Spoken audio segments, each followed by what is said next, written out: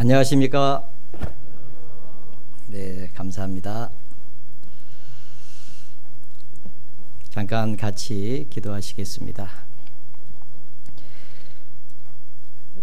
우리를 사랑하시는 고마우신 하나님 아버지 감사합니다.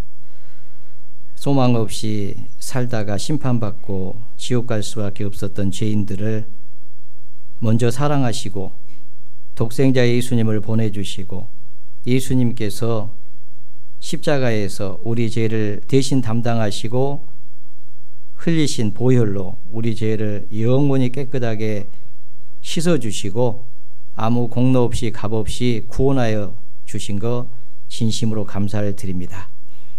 우리를 구원해 주셨을 뿐만 아니라 하나님의 자녀 삼아 주시고 영원한 천국의 산 소망을 허락해 주신 것 감사합니다. 주님 오실 때까지 저희들 소망 가운데 기뻐하며 또 감사하며 주님을 섬기게 해주신 것 감사합니다. 영광 가운데 다시 오시는 주님 맞이할 때에 저희들 부끄럽지 않은 모습으로 주님 앞에 설 수 있도록 주님이 가져오실 영광을 얻기에 아무 부족함이 없도록 우리의 삶을 주님의 거룩하신 말씀으로 온전케 해주시기를 기도합니다. 교회가 주님을 사랑하고 말씀을 순종하며 또 하나님을 기쁘시게 하는 귀한 삶을 살 수 있도록 도와주시고 교회가 주님 말씀을 따라 서로 사랑하며 복음을 위해서 같은 마음으로 협력하고 수고하는 가운데 더 많은 영혼들이 주께 돌아올 수 있도록 인도하여 주시옵소서. 계속 진행되고 있는 또 집회 가운데 함께해 주시고 불쌍한 영혼들 말씀 앞으로 인도하여 주시고 모두 다 주님 사랑 깨닫고 구원을 받을 수 있도록 도와주시기를 간절히 기도합니다. 또 6월 29일부터 7월 7일까지 몽골 동부권 수양회가 계획되어 있습니다. 또 동대문 교회에서 이번에 수양회에 말씀을 전하기 위해서 참석합니다. 주님 그 가운데 함께해 주시고 이번에 많은 영혼들을 붙여주시고 구원하여 주셔서 하나님 아버지께 크게 영광을 돌리는 귀한 시간 되게 도와주시고 몽골 지역에 하나님의 은혜가 넘치게 해주시고 교회가 든든히 세워져서 하나님 앞에 감사하며 또 찬양하는 귀한 교회가 될 수 있도록 역사하여 주시옵소서. 오늘 주일을 맞아서 주님의 피로 구원을 받은 하나님의 귀한 자녀들 이 시간 말씀 앞에 나왔습니다. 하나님 아버지 주님께서 우리 가운데 함께해 주시고 우리의 마음을 더욱 넓혀 주시고 하나님의 놀라운 사랑과 은혜를 더욱 일깨워 주시고 남은 생에 감사함으로 기쁨으로 주님을 섬길 수 있도록 하나님 도와주시기를 이 시간 주님 앞에 같은 마음으로 기도합니다. 또 우리 가운데 병 중에 계신 분들 또 고난 중에 계신 분들이 있습니다. 자비하신 주님, 주님께서 십자가에 흘리신 그 보혈의 능력으로 치료하여 주시고 남은 생에 힘있게 주님을 섬길 수 있도록 하나님 도와주시기를 간절히 기도드립니다. 오늘 한 시간 온전히 주께 의지합니다. 저희를 사랑하시는 주 예수님 이름으로 감사하며 기도드렸습니다. 아멘. 성경 신명기 24장을 찾겠습니다. 구약 성경 신명기 24장입니다.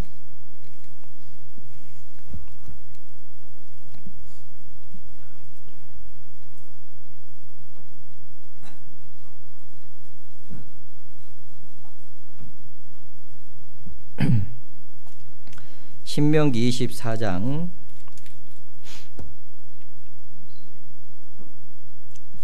18절입니다. 신명기 24장 18절 한 절만 같이 읽어보겠습니다. 너는 애굽에서 종이 되었던 일과 내 하나님 여호와께서 너를 거기서 속량하신 것을 기억하라. 이러므로 내가 내게 이 일을 행하라 명하노라. 예. 오늘 함께 배우고 싶은 말씀은 기억하라라고 하는 이 말씀, 속량하신 것을 기억하라라는 이 말씀을 가지고 같이 배워보도록 하겠습니다. 이 신명기는 한자로는 거듭 신자, 계명 명자를 이렇게 사용을 하고 있습니다.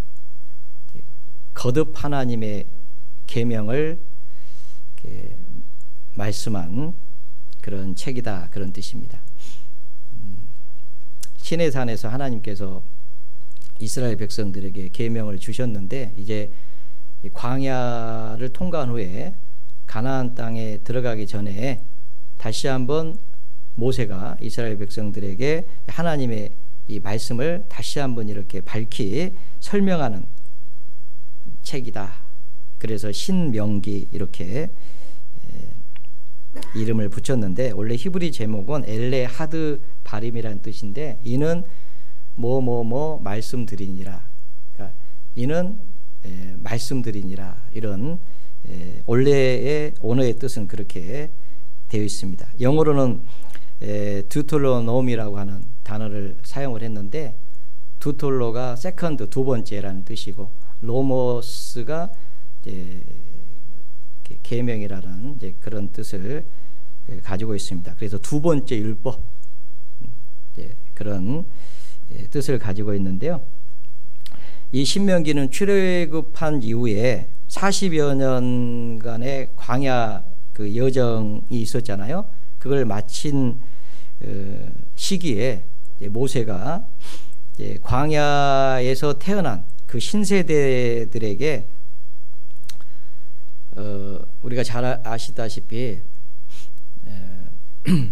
그 가나안 땅을 정탐하고 돌아온 12명의 그 정탐꾼들이 12명의 정탐꾼 중에 10명이 그 땅을 악평을 했잖아요. 들어가면 안 된다. 그 땅은 우리를 삼키는 땅이다. 그 땅에 가봤더니 네피림의 후손 아낙 자손이 있는데 그들은 장대한 그런 족속인데 우리는 그들 앞에 가보니까 메뚜기 같더라. 그러니까 우리는 절대 그들을 이길 수 없다. 들어가지 말자. 불신을 했잖아요. 하나님은 들어가라. 그 땅을 밟는 걸 다 네게 주겠다. 근데 이제 여호수아와 갈렙만 하나님이 약속하신 땅이니까 하나님 우리 함께 하시면 그들은 우리 밥이다. 그러면서 들어가자 그랬잖아요. 근데 10명의 정탐꾼들의 말이 이겼죠. 그래가지고 돌을 들어가지고 모세와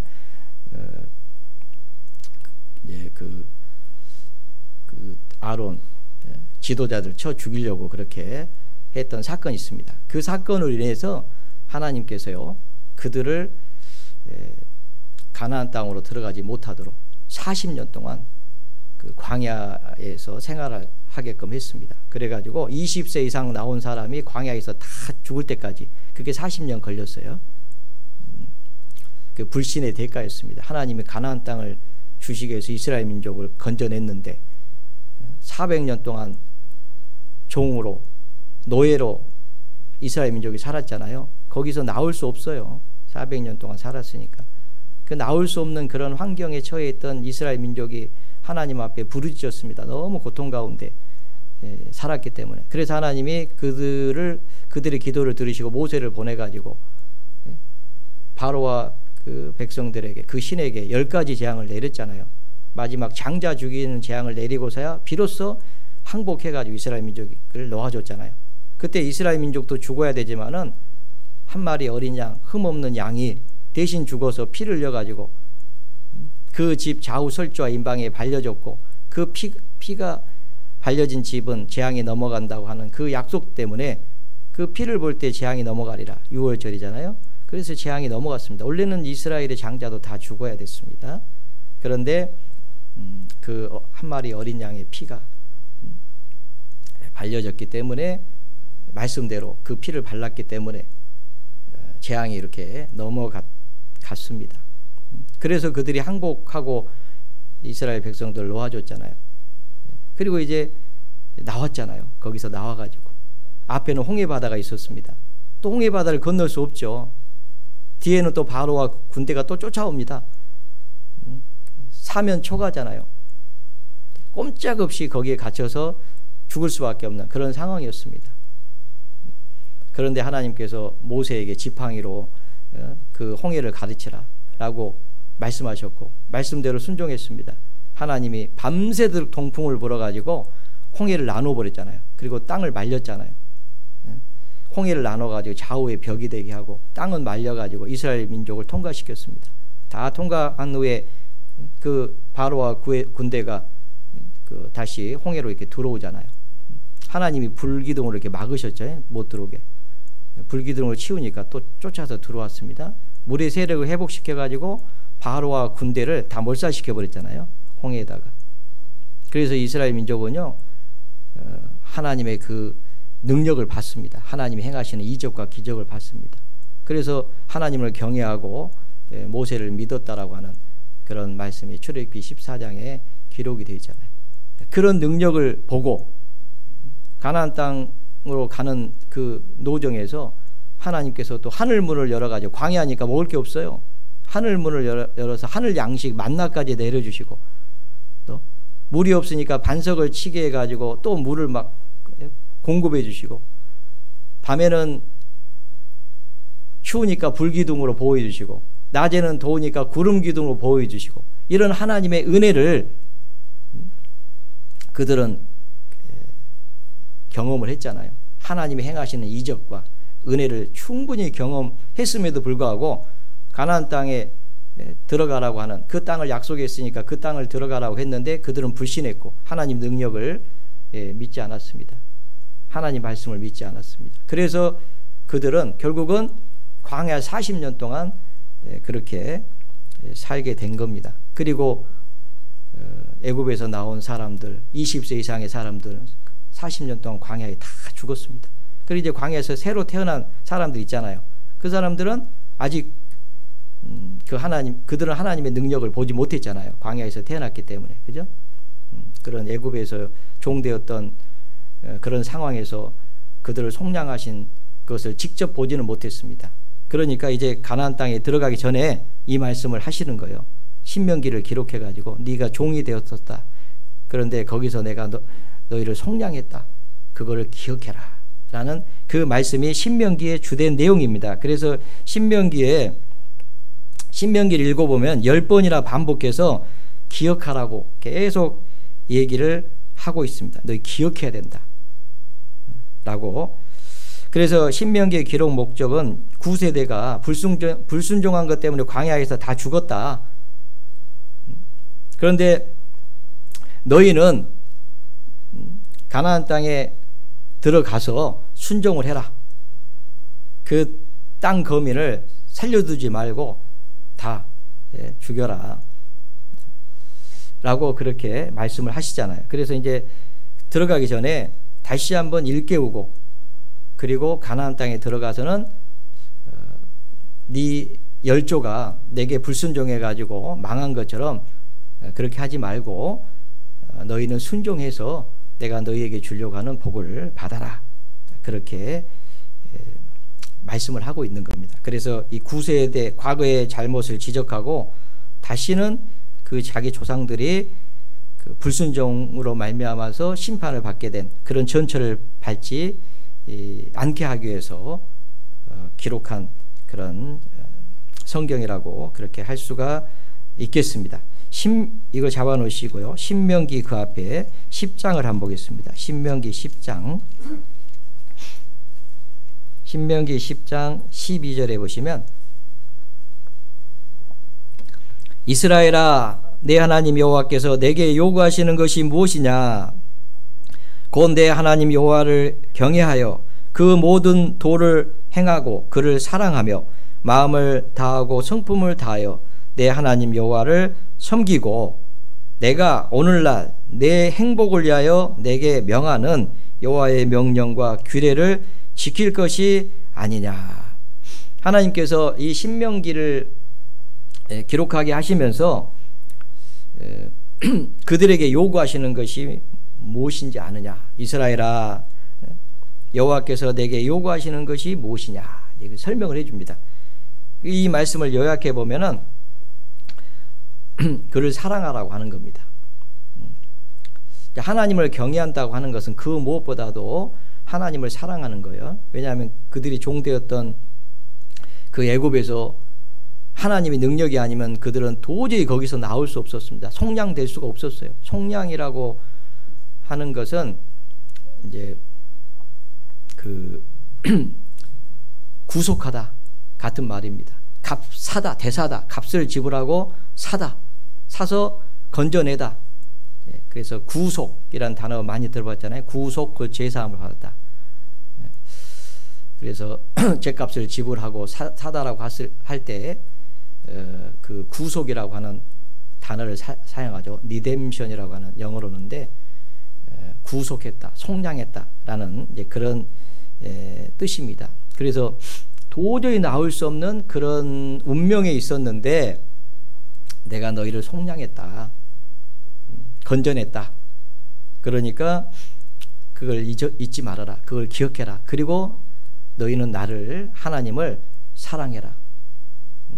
그 하나님을 경외하고 하나님을 사랑하라고 하는 그런 말씀을 하고 있습니다. 마음을 다하고 성품을 다하여 하나님을 사랑하고 그분을 섬겨라. 그런 뜻이죠. 그러니까 하나님을 사랑해라. 그리고 그 명령과 규례를 지켜라. 그 말은 순종을 요구하는 거죠. 그러니까 이 주님을 사랑하는 것과 순종은 이렇게 연결이 돼 있어요. 왜 우리가 주님을 사랑하냐면 주님이 먼저 우리를 사랑하셨기 때문에. 요한일서 4장에 보면 우리가 그를 사랑하면 그가 먼저 우리를 사랑하심이라. 하나님이 먼저 우리를 사랑하셨어요. 어떻게 사랑하셨습니까? 어떻게 사랑하셨어요? 하나님이 세상을 이처럼 사랑하사 독생자를 주셨으니, 하나밖에 없는 독생자를 저와 여러분을 위해서 십자가 내어주셨잖아요. 저주를 받게 했잖아요. 우리가 받아야 될 저주를 예수님이 대신 받게 했잖아요. 그게 사랑이에요. 우리가 아직 죄인되었을 때 그리스도께서 우리를 위하여 죽으심으로 하나님께서 우리에게 대한 자기 사랑을 확증하셨느니라. 하나님은 사랑이신데 말로만 사랑하신 게 아니에요. 하나님이 우리를 사랑하신다고 하는 것을 확증한 사건이 뭐냐면 아들을 십자가에 내어주신 거예요. 제가 여러분들 자녀들에게 물어봅니다. 엄마가 너 사랑하냐? 이렇게 물어보면 네, 엄마가 사랑해요. 저 사랑해요. 그러면 엄마가 너 사랑한다는 거 어떻게 알아? 그랬더니 몰라요. 사랑한다고 얘기해놓고 너 어떻게 사랑하냐? 그러면 몰라요. 그래요. 사랑이라고 하는 것은 조금 이제 얘가 성장하면 알죠. 사랑은 희생이잖아요. 수고잖아요. 부모는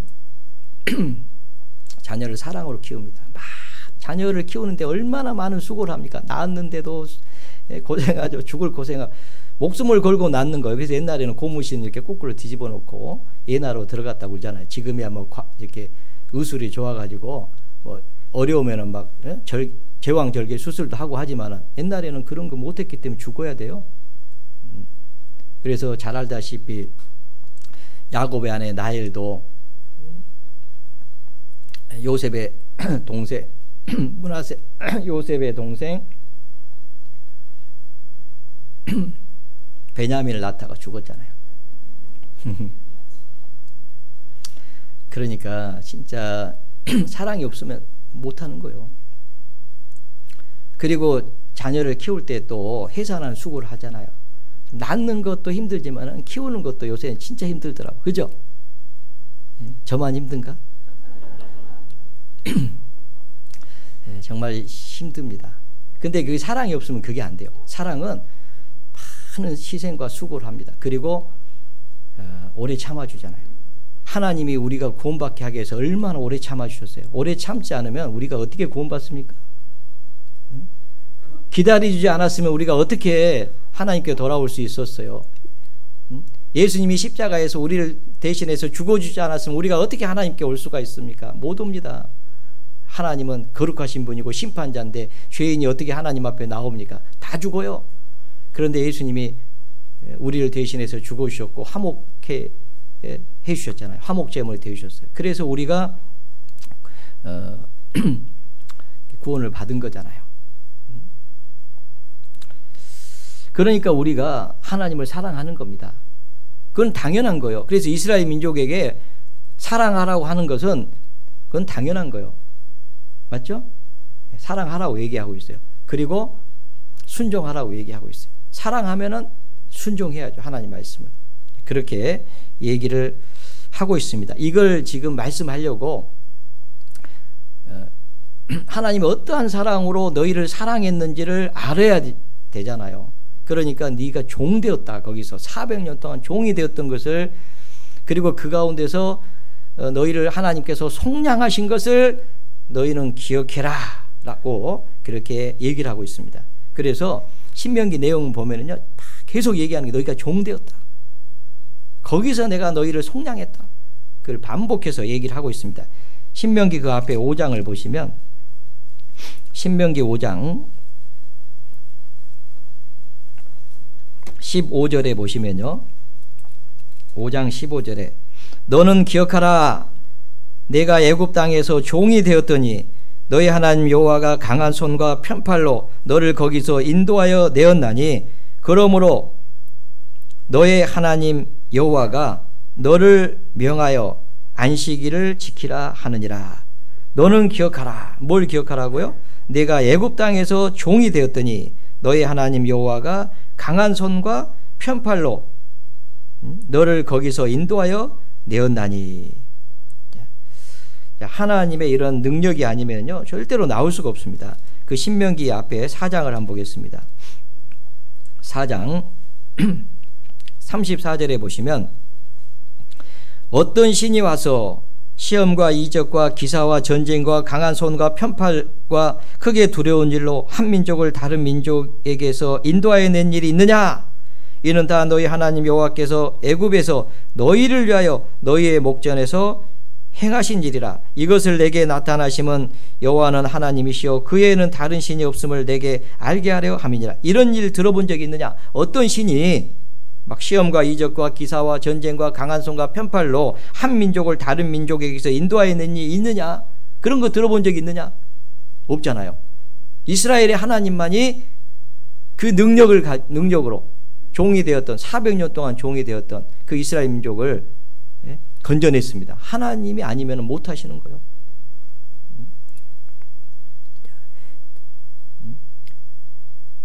이는 다 너희 하나님 여호와께서 애굽에서 너희를 위하여 너희 목전에서 행하시니라. 너희를 위해서 하신 일이다, 그 말이에요.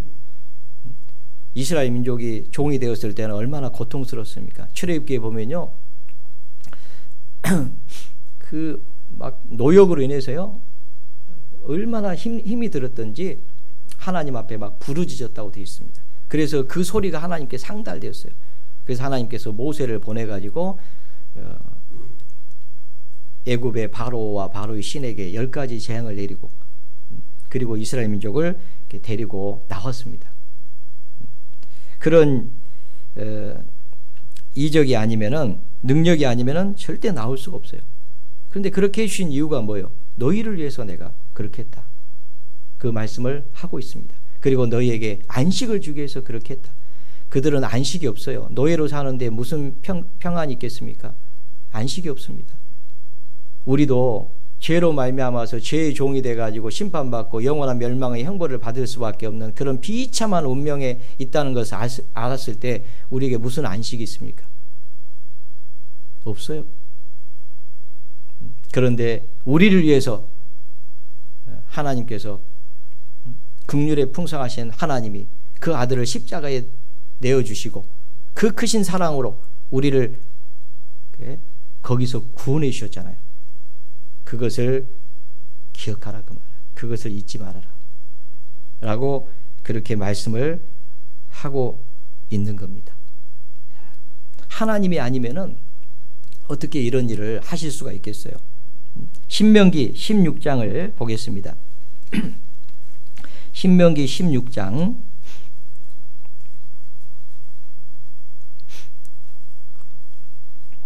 2절에 보시면요, 여호와께서 그 이름을 두시려고 택하신 곳에서 우양으로 내 하나님 여호와께 유월절 제사를 드리되 유교병을 그것과 아울러 먹지 말고 7일 동안은 무교병 곧 고난의 떡을 그것과 아울러 먹으라. 이는 내가 애굽 땅에서 급속히 나왔음이니 이같이 행하여 너의 평생에 항상 내가 애굽 땅에서 나온 날을 기억할 것이니라. 유월절은 이스라엘에게 가장 큰 명절입니다. 유월절이라고 하는 것은 애굽에서 종이 되었다가 거기서 이제 나온 날이 유월절이에요. 재앙이 넘어가고 거기서 나온 날. 우리도 광복절은 우리에게도 큰 날이잖아요. 광복절. 일제 36년에 일본의 식민지로서 살다가 8월 15일 날 광복이 됐잖아요. 그죠? 그래서 이 광복절을 또 크게 여깁니다. 그래서 그 날을 이렇게 광복절을 그 날을 이렇게 기념하기 위해서 그 날을 이렇게 쉬게 하고 뭐 행사도 하고 막 그러잖아요. 그것은 우리가 식민지로 36년 동안 식민지로 우리가 살았던 것을 잘 기억하고 그 역사를 반복하지 말아야 될 것을 후세에 가르치기 위해서 아마 그런 행사를 한다고 생각합니다. 그것처럼 하나님께서 이스라엘 민족에게 유월절을 지키라고 얘기합니다. 거기서 나온 날을 기억해라. 그러면서 7일 동안은 무교병, 누룩이 들어가지 않는, 맛없는, 맛이 없는, 누룩이 들어가야지 빵이 맛있는데 누룩을 안 넣는 거예요. 그러니까 맛이 없어요, 빵이.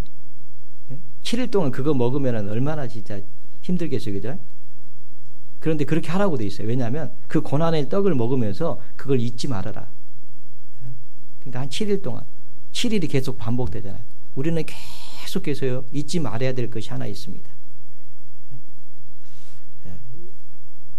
영원한 멸망의 형벌 받아야 돼. 그 비참한 죄인으로 있다가 예수님께서 십자가의 죽으심으로 말미암아서 우리를 구원해 주신 이 놀라운 은혜를 우리는 평생 잊으면 안 됩니다.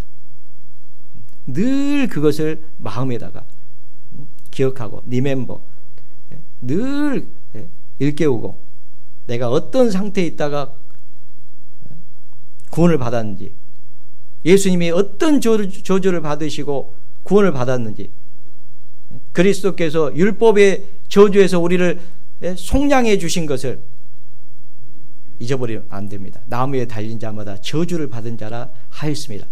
여러분 저주 받았어요. 나무에 달려서 죽는 건 저주 받은 건데 예수님이 저주 받았습니다. 근데 예수님이 죄가 있습니까? 없습니다. 죄 없으신 예수님이 왜 저주를 받으셨습니까? 저와 여러분 때문에 저주를 받으신 거예요. 저와 여러분이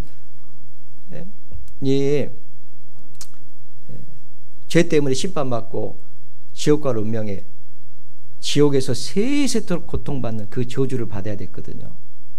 그런데 거기서 건져주시려고 예수님께서 우리를 대신해서 십자가에 죽으신 이 놀라운 은혜를 잊어버리면 안 되는 거예요. 그래서 이스라엘 민족은 구원받은 그리스도인들 개개인의 그림자입니다. 이스라엘 민족이 어떤 상태에서 속량을 받았는지, 우리가 어떠한 운명에서 건짐을 받았는지. 그래서 이스라엘 민족에게는 이같이 행하여 너의 평생에 항상 내가 애굽 땅에서 나온 날을 기억하라, 그렇게 말씀을 하고 있는 겁니다. 우리도요, 우리도 보면은 그래서 우리도 그걸 기억하게 해서 우리가 구원을 받은 날, 그 날을 이렇게 얘기하는 경우가 있잖아요. 대다수 사람들은 이 구원받은 날을 압니다. 골로새서 1장을 한번 보겠습니다. 골로새서 1장.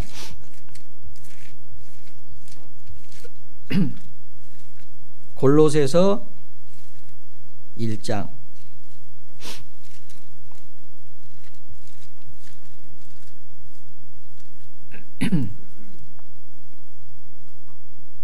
6절 같이 한번 읽어보겠습니다.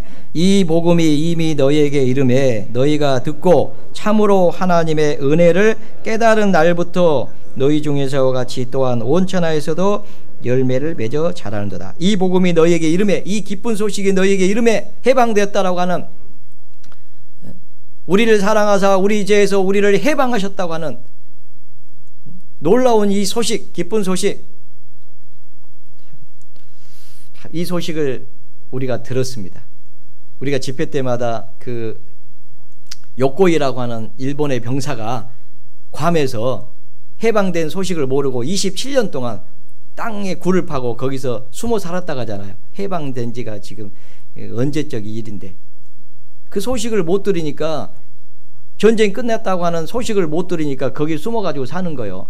지금도 많은 사람들이 해방된 이 놀라운 은혜를, 해방되었다고 하는, 우리 죄가, 예수님이, 하나님 우리를 사랑하사 우리 죄에서 우리를 해방하셨다고 하는 이 놀라운 이 소식, 좋은 소식, 복음을 듣지 못해가지고 해방 안 된 사람들이 너무 많잖아요 지금. 그런데 우리는 이 소식을 들었잖아요. 그리고 이 복음이 이미 너희에게 이름에 너희가 듣고 우리는 들었습니다. 참으로 하나님의 은혜를 깨닫는 날부터, 참으로 하나님의 은혜를 깨닫는 날이 있잖아요. 우리 죄가 다 용서됐다고 하는 놀라운 그 소식을 듣고 마음에 믿은 날이 있습니다. 기쁜 날, 기쁜 날, 주 나의 죄 다 씻은 날. 그래서 찬송가도 그런 찬송이 있잖아요. 그래서 그것을 기억하라 라고 그렇게 말씀하고 있습니다. 에베소서 그 앞에 한번 보겠습니다. 에베소서 2장 1절부터 보시면, 너희의 허물과 죄로 죽었던 너희를 살리셨도다. 그때 너희가 그 가운데 행하여 이 세상 풍속을 쫓고 공중의 권세 잡은 자를 따랐으니 곧 지금 불순종의 아들들 가운데 역사하는 영이라. 전에는 우리도 다 그 가운데서 우리의 육체의 욕심을 따라 지내며 육체와 마음에 원하는 것을 하여 다른 이들과 같이 본질상 진노의 자녀였더니, 우리도요 구원받기 전에는 본질상 진노의 자녀입니다. 진노의 자녀였어요. 이 진노를 받을 수밖에 없는 그런 상태에 있었습니다. 그런데 긍휼에 풍성하신 하나님께서 그 큰 사랑으로, 십자가의 사랑으로, 4절에 보시면 긍휼에 풍성하신 하나님이 우리를 사랑하신 그 큰 사랑을 인하여 허물로 죽은 우리를 그리스도와 함께 살리셨고 너희가 은혜로 구원을 얻은 것이라. 이건 에베소 지역에 있는 구원받은 사람들에게 보낸 서시잖아요. 너희가 은혜로 구원을 받았다. 원래 너희는 진노의 자녀였다. 그런데 긍휼에 풍성하신 하나님께서 그 아들을 십자가에 내어주시고, 누가 아들을 십자가에 내어줍니까? 그것도 하나밖에 없는 독생자를 누가 죄인을 위해서 내어줍니까? 그런 일 없어요. 선의를 위하여 죽는 것이 쉽지 않고 의인을 위해서 죽는 사람이 혹 있거니와, 우리가 아직 죄인 되었을 때, 우리가 원수 되었을 때 그리스도께서 우리를 위하여 죽으심으로 하나님께서 우리에게 대한 자기 사랑을 확증하셨고 화목해 주셨습니다. 그 놀라운 사랑, 그 긍휼에 풍성하신 그 큰 사랑이 아니면은 저와 여러분은 소망이 없습니다. 다 지옥 가야 돼요. 그런데 거기에서 우리를 구원해 주셨잖아요. 그 큰 사랑으로. 그런데 그게 거저 준 거니까 은혜잖아요. 우리가 뭘 해서, 교회 열심히 다녀서 특별히 예뻐서 우리를 위해서 죽으셨습니까? 내가 뭐 헌금을 많이 해서 그래서 예수님이 죽어주셨습니까? 아니 뭐 잘생겨서 죽으셨습니까? 아니잖아요. 값없이, 값없는 은혜, 누구든지 믿기만 하면 구원을 받을 수 있는 그 은혜. 8절, 너희가 그 은혜를 인하여, 은혜잖아요. 믿음으로 말미암아 구원을 얻었나니 이것이 너희에게서 난 것이 아니요 하나님의 선물이라. 행위에서 난 것이 아니니 이는 누구든지 자랑치 못하게 하려 함이라. 자, 그 은혜를 믿음으로 말미암아 우리가 구원을 받았습니다. 그 은혜를 믿는다는 것은 참으로 하나님 은혜를 깨닫는다는 거죠. 그래서 우리가 구원을 받은 거예요. 원래는 진노의 자녀였습니다. 데살로니가 후서 1장도 보시겠습니다. 데살로니가 후서 1장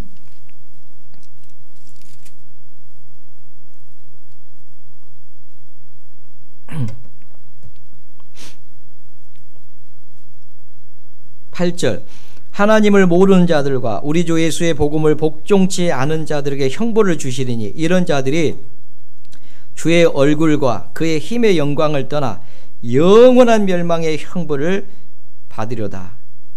영원한 멸망의 형벌입니다. 그런 운명이 있었어요. 그러니까 우리가 소망이 있어요, 없어요? 없어요. 잘 아시잖아요. 단테의 신곡 지옥편에 보면은 거기에 지옥문에 대해서 나오는데 그 지옥문을 들어가면은 들어가서 지옥문을 보면은 소망을 버려라. 여기 들어온 자는 다 소망을 버려라. 소망이 없어요. 그런 운명에 있던 우리를 구원해 주신 겁니다. 자, 그러면은 이스라엘 민족이 400년 동안 종으로 살다가 거기서 속량해 주신 것을 평생을 잊지 말고 기억하라고 말씀하셨는데, 그러면 우리는 영원한 멸망의 형벌에서 영원토록 고통을 받아야 될 그런 운명에 있었는데 하나님이 우리를 사랑하신 그 큰 사랑으로 아들을 십자가에 내어주시고 우리를 구원해 주셨다면 우리가 그것을 평생에 기억해야 되겠습니까? 안 해야 되겠습니까? 그 은혜를 잊으면 되겠어요? 안 되겠어요? 우리 마음에 그것을 가장 귀하게 여기고 늘 간직하면서 주님을 사랑하고 주님의 말씀을 순종하면서 사는 것은 그건 당연하고 합당하다라고 할 수가 있겠습니다. 그래서 이 말씀을 우리에게 주셨다고 그렇게 생각합니다. 갈라디아서 3장을 보겠습니다. 그 앞에 갈라디아서 3장, 갈라디아서 3장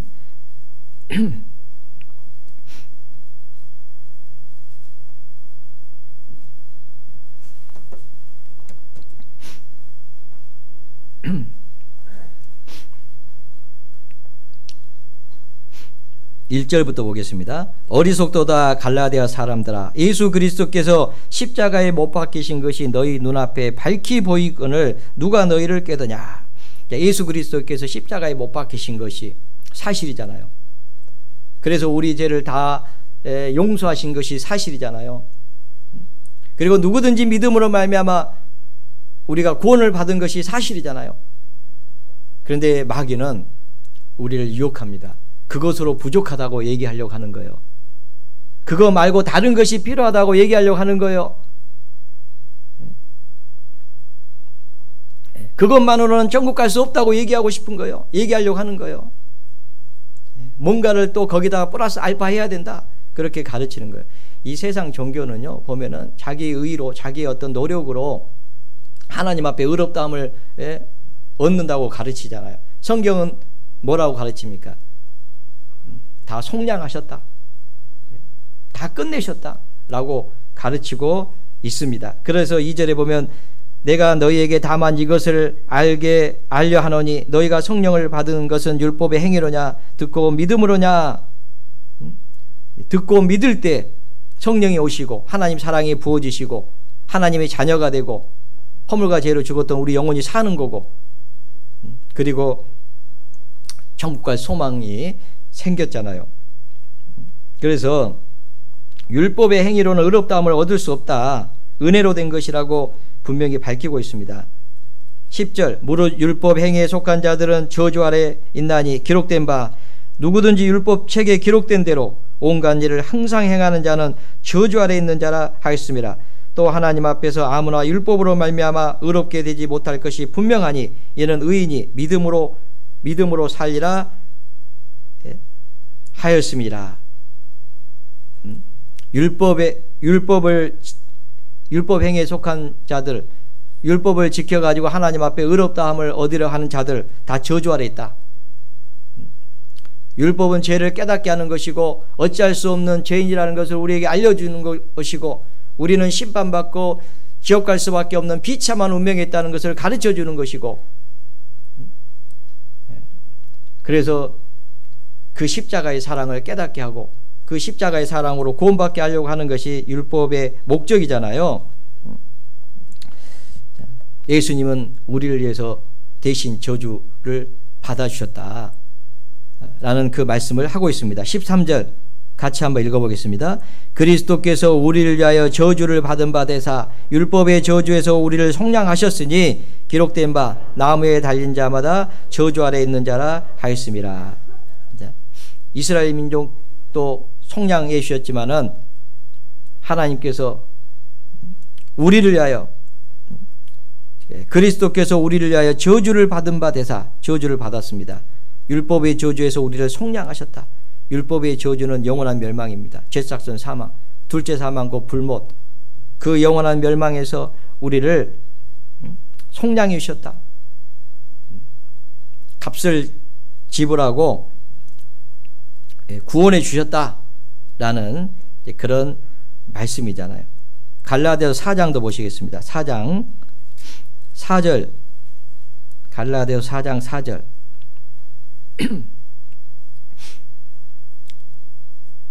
때가 참에 하나님이 그 아들을 보내사 여자에게서 나게 하시고 율법 아래 나게 하신 것은 율법 아래 있는 자들을 속량하시고 우리로 아들의 명분을 얻게 하려 하심이라.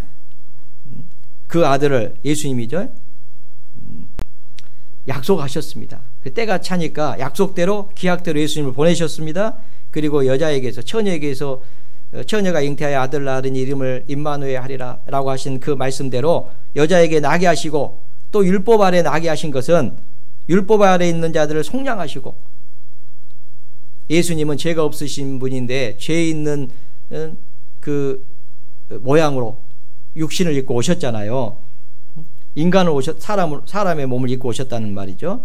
그렇게 인간의 몸을 입고 오셔가지고 우리를 위해서 율법의 저주를 대신 받으셨다 라고 말씀하고 있습니다. 우리를 위해서 율법의 저주, 죄삭선 사망이라고 하는 그 저주를 대신 받아주신 거예요. 나무에 달렸습니다. 십자가에 달렸습니다. 구약 성경에 나무에 달린 자마다 저주를 받은 자라고 했는데 저주를 받아주셨어요.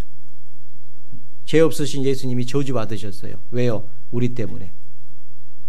그래서요, 예수님은 우리가 받아야 될 저주를 대신 받아주시고, 그리고 하나님의 은혜는 우리에게 주신 거예요. 영생의 그 소망, 영생을, 영원한 생명을 우리에게 주셨잖아요. 놀랍지 않습니까? 저주는 예수님이 대신 받아주시고, 예수님이 받아야 될 축복은 우리에게 넘겨주신 거예요. 그게 속량입니다. 속량이셨다. 자, 그 은혜로 우리가 이제 구원을 받았다라고 말씀하고 있습니다. 출애굽기 15장을 보겠습니다. 출애굽기 15장.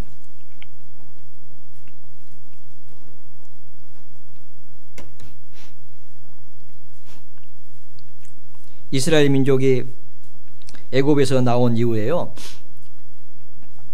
이 노래를 불렀습니다. 15장 1절. 이때 모세와 이스라엘 자손이 이 노래로 여호와께 노래하니 일러스되 내가 여호와를 찬송하리니 그는 높고 영화로우시며 말과 그 탄 자를 바다에 던지셨음이로다. 여호와는 나의 힘이요 노래시며 나의 구원이시로다. 그는 나의 하나님이시니 내가 그를 찬송할 것이요 내 아비의 하나님이시니 내가 그를 높이리로다. 애굽에서 나온 이후에 모세와 이스라엘 자손이 이 노래로 하나님을 찬양합니다. 하나님은 나의 구원이시다. 그래서 내가 그를 찬송할 것이요. 왜 우리는 찬송합니까? 감사하니까 찬송하죠. 왜 우리가 감사합니까? 속량을 받았으니까 감사한 거죠. 그것도 나의 의로 받았습니까? 아니잖아요. 은혜로 받았잖아요. 그러니까 우리는 은혜로 속량, 구속을 받고 하나님이 은혜로 우리를 인도하시고 마치 이스라엘 민족을 은혜로 구속하시고 은혜로 인도하신 것처럼 그리고 마침내 가나안 땅을 주신 것처럼 하나님이 우리를 은혜로 속량하시고 구속하시고 구속하신 교회를 은혜로 인도하시고 그리고 약속대로 영원한 생명을 주시기 위해서 우리를 천국으로 데려가시잖아요. 우리는 그것을 믿습니다. 그래서 우리도 찬양을 하는 겁니다. 13절 보겠습니다. 주께서 그 구속하신 백성을 은혜로 인도하시되 주의 힘으로 그들을 주의 성결한 초소에 들어가게 하시나이다. 구속하신 백성을 은혜로 인도하시고 은혜로 인도하십니다. 지금 우리가 살고 있는 것도요, 은혜입니다. 당연한 거 없어요. 모든 것이 은혜입니다. 그잖아요. 이 자리에 있는 것도 은혜고 은혜입니다. 하나님의 은혜가 아니면요, 우리가 어떻게 살 수 있겠어요? 이스라엘 민족을 은혜로 인도하신 하나님께서 그리스도의 보혈로 구원하신 교회를 은혜로 인도해 가십니다. 그리고 주의 힘으로 그들을 주의 성결한 초소에 들어가게 하시나이다. 주의 힘으로 영원한 천국에까지 우리를 데리고 가십니다. 그 소망이 우리는 있어요. 산 소망, 영생의 소망. 그 소망이 있기 때문에 우리는 지금도 하나님 앞에 감사하면서 주님을 찬양하면서 주님을 섬기는 겁니다. 이 놀라운 은혜를 하나님이 우리에게 주시기 위해서 아들을 십자가에 내어주신 겁니다. 그분이 우리의 구원자가 되시는 거예요. 그리스도 구속자입니다. 욥기 19장을 보겠습니다. 욥기 19장.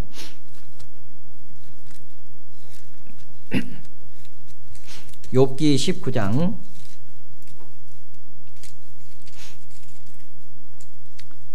25절. 내가 알기에는 나의 구속자가 살아계시니 후일에 그가 땅 위에 서실 것이라. 나의 구속자가, 나를 구속하신 분, 그분 예수님이잖아요. 나의 구속자가 살아계시니, 지금 살아계십니다. 부활하시고 승천하시고 지금 하나님 보좌 우편에 계셔요. 다시 오십니다. 후일에 그가 땅 위에 서실 것이라. 그분이 다시 오십니다. 구원받은 사람들을 데려가기 위해서 오시고 이 세상을 심판하러 오신다는 거 우리가 잘 알고 있잖아요. 나의 가죽 이것이 썩은 후에 내가 육체 밖에서 하나님을 보리라. 하나님을 봅니다. 내가 친히 그를 보리니 내 눈으로 그를 보기를 외인처럼 하지 않을 것이라. 우리는 주님을 압니다. 하나님을 압니다. 왜냐하면 십자가의 사랑을 통해서 우리는 하나님을 압니다. 우리를 구속해 주신 분을 우리는 압니다. 우리도 알고 주님도 우리를 압니다. 외인처럼 만나지 않습니다. 친히 그를 볼 것인데 외인처럼 하지 않을 것이라. 내 마음이 초급하구나 라고 얘기를 하고 있습니다. 내가 알기에는 나의 구속자가 살아계시다. 구속자가 살아계십니다. 그분이 지금 하나님 보좌 우편에서 우리를 위해서 보증인으로 계십니다. 그분이 보증인이에요. 보증인이 살아계셔요. 얼마나 우리는 안심할 수 있습니까? 그분이 살아계시는데. 시편 49편을 보겠습니다. 시편 49편. 시편 49편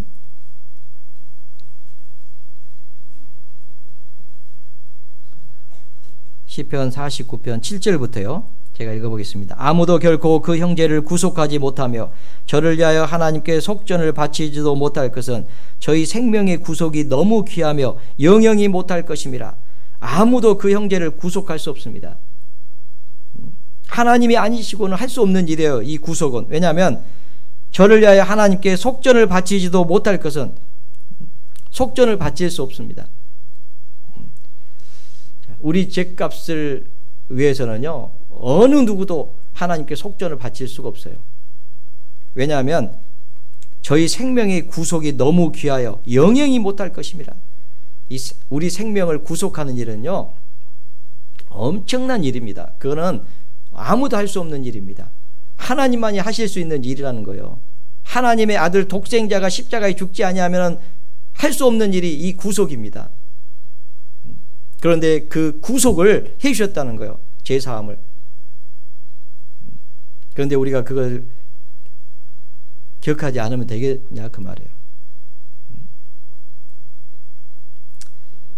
그 은혜를 잊어버리면 되겠냐 그 말이에요. 평생에 잊지 말고 주님을 찬양하면서 살아야 될 것을 얘기하고 있는 겁니다.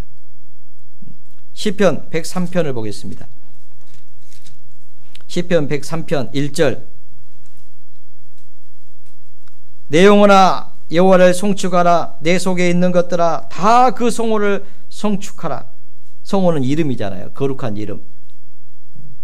이름 예수. 저희 백성을 저희 죄에서 구원할 자. 그 예수잖아요. 구속자. 그 이름. 하나님이요. 이 정말 지극히 예수님을 높였잖아요. 모든 이름에 뛰어난 이름을 주사. 그 이름이 구속입니다. 구원자. 예수. 그 이름을 주셨습니다. 모든 무릎으로 그 앞에 꿇게 하고 모든 입으로 주라 시인하게 하고. 왜요? 어느 누구도 할 수 없는 생명을 구속하는 일을 주님이 하셨잖아요. 그러니 내 영혼아 다 그 성호를 송축하라. 2절. 내 영혼아 여호와를 송축하며 그 모든 은택을 잊지 말지어다. 계속 이 다윗의 시입니다. 그 은혜를 잊지 말아라. 저가 3절. 저가 모든 죄악을 사하시며 내 모든 병을 고치시며 내 생명을 파멸해서 구속하시고 인자와 긍휼로 관을 씌우시며 좋은 것으로 내 소원을 만족케 하사 내 청춘으로 독수리같이 새롭게 하시는도다. 저가 내 모든 죄악을 사하시며. 왜 송축해야 됩니까? 저가 내 모든 죄악을 사하시며. 주님의 보혈로 모든 죄를 사하십니다. 죄만 사하십니까? 저가 내 모든 병을 고치시며. 여러분 병 있는 분 계십니까? 저가 내 모든 병을 고치십니다. 주님의 보혈의 능력으로. 여러분 요한로마서 8장에 보면요, 누가 그리스도의 사랑에서 우리를 끊으리요? 그러면서 아들을 아끼지 아니하시고 그 아들을 십자가에 내어주시니가 그 아들과 함께 모든 좋은 것을 은사로 선물로 주시지 않겠느냐, 이 말씀이 있습니다. 아들도 아끼지 아니하고 십자가에 내어주신 하나님께서 그 아들과 함께 모든 좋은 것을, 여러분 아들을 십자가에 내어주신 그 하나님이 여러분에게 좋은 거 안 주시겠어요?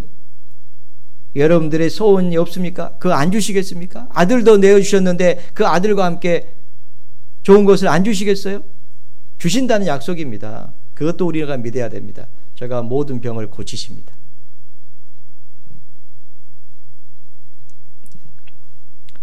내 생명을 파멸해서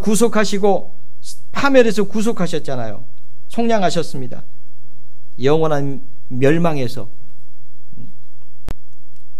구속하셨습니다. 그리고 인자와 긍휼로 간을 씌우시며, 그리고 사랑으로 대하십니다. 계속해서 인자로, 사랑으로, 긍휼로 계속 대하십니다. 예수님이 십자가에 죽으셨기 때문에 죄는 다 용서됐습니다. 어떤 죄도 용서됩니다. 여러분 누가복음 8장에 보면은 간음 중에 잡힌 여인 아시잖아요. 이런 자는 모세율법에 돌로 쳐서 죽이라고 했는데 예수님은 뭐라고 하겠습니까? 죄 없는 자가 돌로 치라. 땅에 뭔가 막 기록하시고 너희 중에 죄 없는 자가 돌로 치라. 다시 한번 기록하시고 뭐라고 말씀하시니까 돌을 들고 이제 치려고 준비하고 있던 그 유대인들이 늙은 이로부터 시작해서 젊은 자까지 다 돌을 버리고 물러갔다고 되어 있잖아요. 그때 예수님께서 하신 말씀이 있습니다. 여자야, 뭐라고 말씀하셨어요? 니를 정죄하는 자가 있느냐? 없습니다. 나도 너를 정죄치 아니하노니. 얼마나 놀라운 은혜의 그 말씀입니까? 나도 너를 정죄치 않으니. 왜 정죄하지 않습니까? 그 저주는 예수님이 대신 받으셨잖아요. 그 생명 파멸에서 죽어야 되는데 거기서 구속해 주신 거예요. 가서 다시는 죄를 범치 말라 그랬잖아요. 이제 그 주님의 사랑을 깨달은 사람은요, 그 사랑 때문에 죄를 이기면서 삽니다.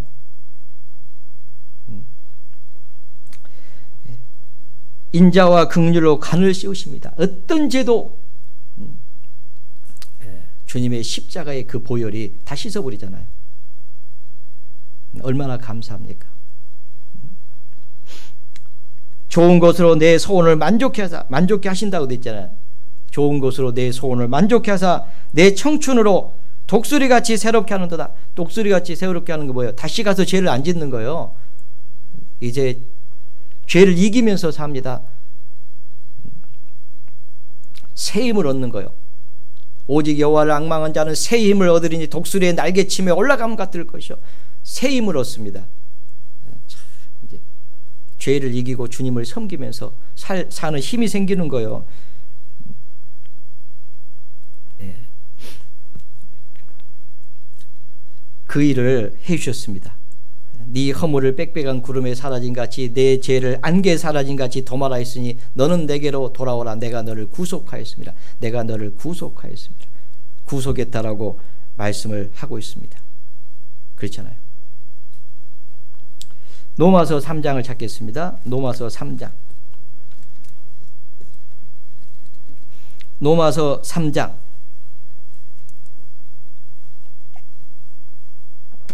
로마서 3장 23절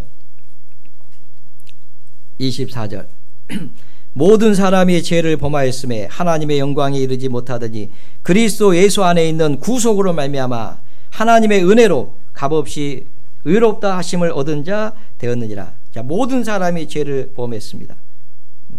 하나님의 영광에 이르지 못하더니 그리스도 예수 안에 있는 구속으로 말미암아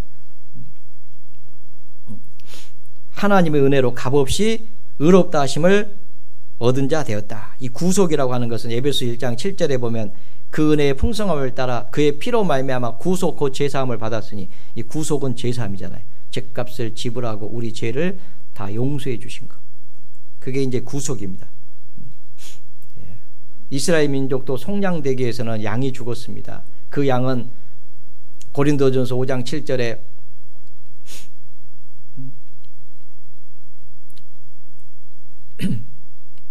우리의 유월절 양 곧 그리스도께서 희생이 되셨느니라. 그 유월절 양은 그리스도입니다. 우리의 유월절 양 곧 그리스도께서 희생이 되셨다.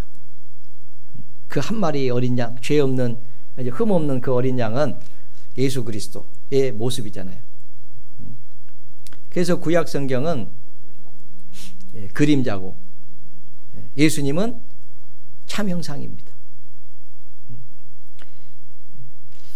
예수님이 한 마리 어린 양처럼 우리를 위해서 죽어주시고 값을 지불해서 피로, 피 흘림이 없은 즉 사함이 없는데 그 피를 흘려주심으로 우리를 구속해 주셨습니다. 죄를 용서해 주셨잖아요. 그래서 우리는 구속을 받았고 죄사함을 얻었다라고 말씀하고 있습니다. 베드로전서 1장 18절에 보면 너희가 알거니와 너희 조상의 유전한 망령된 행실에서 구속된 것은 은이나 금같이 없어질 것으로 된 것이 아니오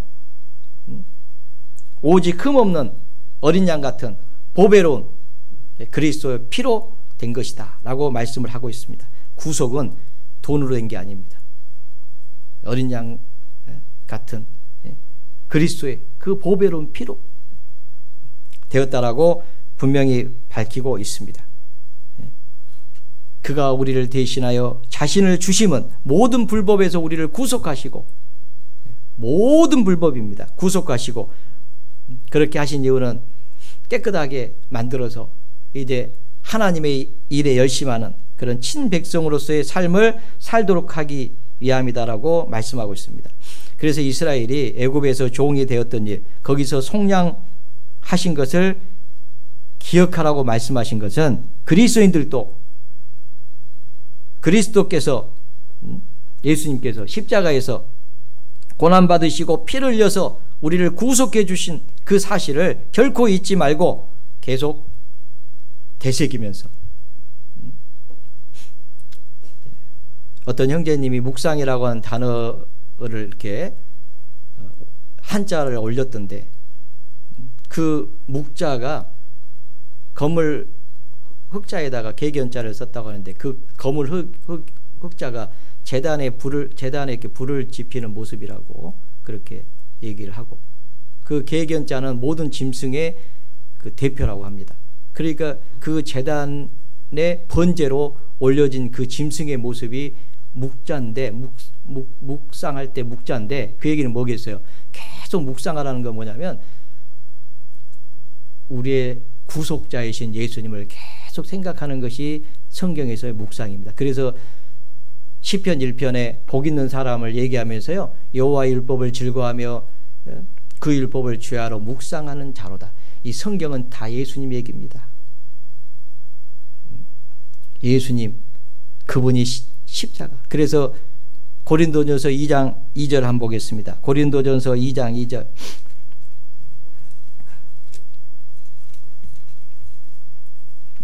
고린도전서 2장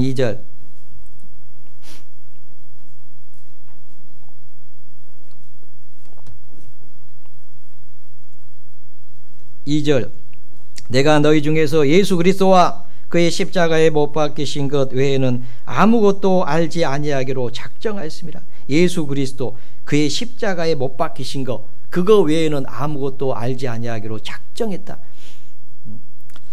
참, 그 사도 바울은요, 이전에 알고 있던 지식을 다 배설물로 여겼습니다. 오히려 해로 여겼어요. 그 옛날에 알던 지식이요, 예수 그리스도 그의 십자가를 아는데 방해가 된다 그 말이에요. 오히려. 그래서 그런 거 전부 배설물 취급했다. 왜요? 예수 그리스도와 그 십자가, 그게 전부입니다. 예수님 요한복음 5장 39절에 너희가 성경에서 영생 얻는 줄 생각하고 이 성경을 상고하거니와 이 성경이 곧 내게 대하여 증거하는 것이로다. 이 성경은 전부 예수님에 대한 증거입니다.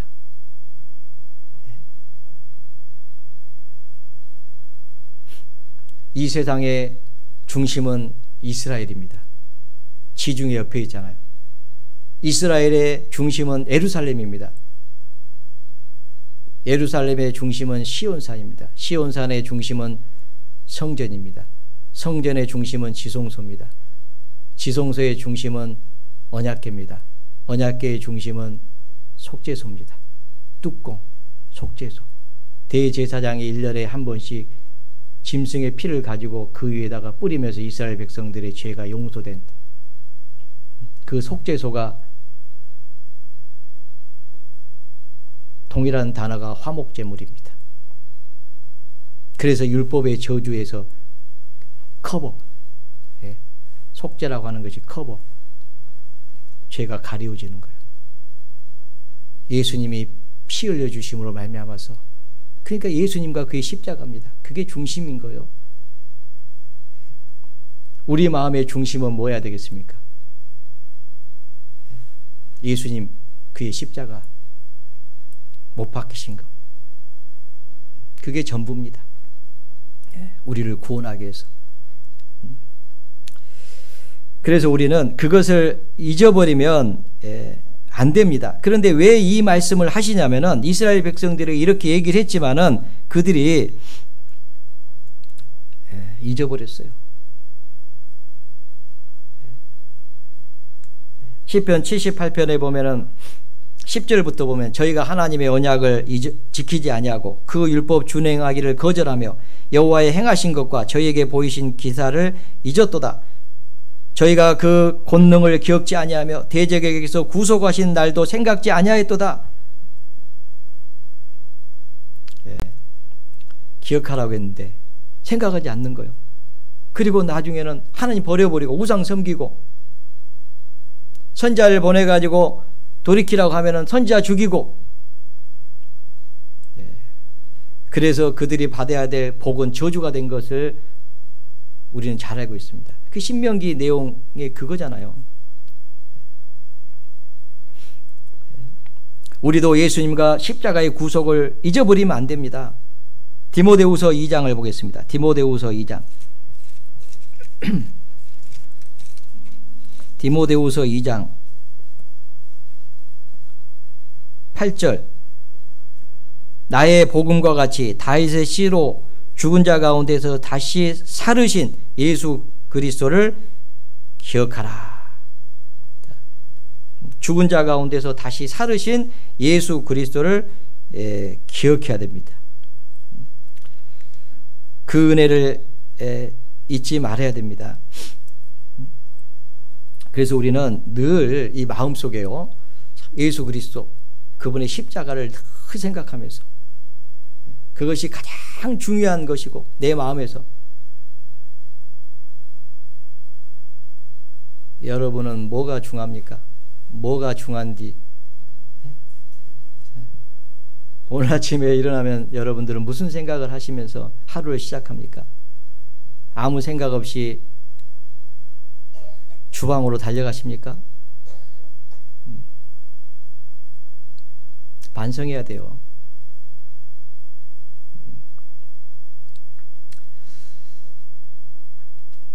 우리 오늘 반성합시다. 우리는 일어나면요, 예수님 그의 십자가를 먼저 생각해야 될 겁니다. 그러면 주님은요 가장 좋은 것으로 만족해 하실 겁니다. 네 소원을 이루어 주실 겁니다. 그 보혈의 능력이 새 힘을 주실 겁니다. 내 청춘으로 독수리 같게 하실 겁니다. 왜 우리가 힘이 없습니까?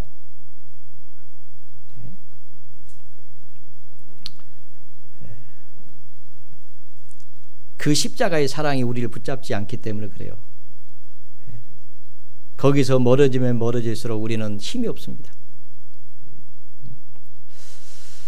그래서 우리도 이거 잊지 말고 일어나면은 먼저 그리스도와 그 십자가를 생각하고 늘 다니면서 그리스도와 그 십자가를 묵상하고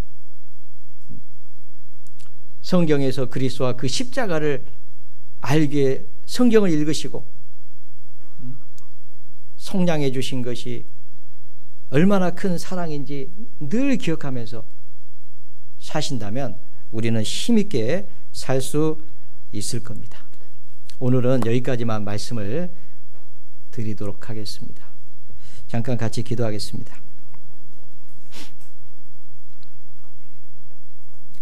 언제나 우리를 사랑하시는 하나님 아버지 감사합니다. 소망 없이 살다가 심판받고 지옥 갈 수밖에 없었던 비참한 죄인들을 먼저 사랑하시고 독생자 예수님을 보내주시고 예수님께서 십자가에 슬리신 보혈로 우리 죄를 영원히 깨끗하게 씻어주시고 아무 공로 없이 구원하여 하나님의 자녀 삼아주시고 천국의 산 소망을 주시고 몸된 교회 안에서 소망 가운데 기뻐하며 주님을 기다리게 해주신 하나님 아버지 진심으로 감사를 드립니다. 이스라엘 민족에게 종이 되었던 것과 속량해 주신 것을 기억하라고 말씀하신 것처럼 긍휼에 풍성하신 하나님께서 그 크신 십자가의 사랑으로 우리를 구속해 주신 이 놀라운 은혜를 우리가 잊지 않고 늘 감사하며 찬양하며 주님을 섬길 수 있도록 하나님 도와주시기를 간절히 기도합니다. 동대문 교회가 주님 사랑으로 충만케 하시고 주님의 사랑으로 하나 되게 하시고 주님의 사랑에 매여 주님을 섬기게 해주시고 복음을 위해서 힘있게 살다가 영광 가운데 다시 오시는 주님 맞이할 수 있도록 하나님 도와주시기를 간절히 기도합니다. 우리 가운데 어려움 가운데 계신 분들, 마음에 어떤 어려움이 있는 분들, 또 병중에 계신 분들 그 십자가의 사랑으로 새롭게 해주시고 새 힘을 주시고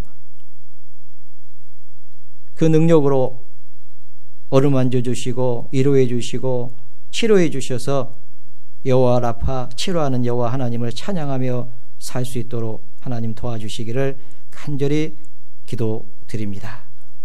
나머지 시간도 주님께 부탁을 드립니다. 저희를 사랑하시는 주 예수님 이름으로 감사하며 기도드렸습니다. 아멘.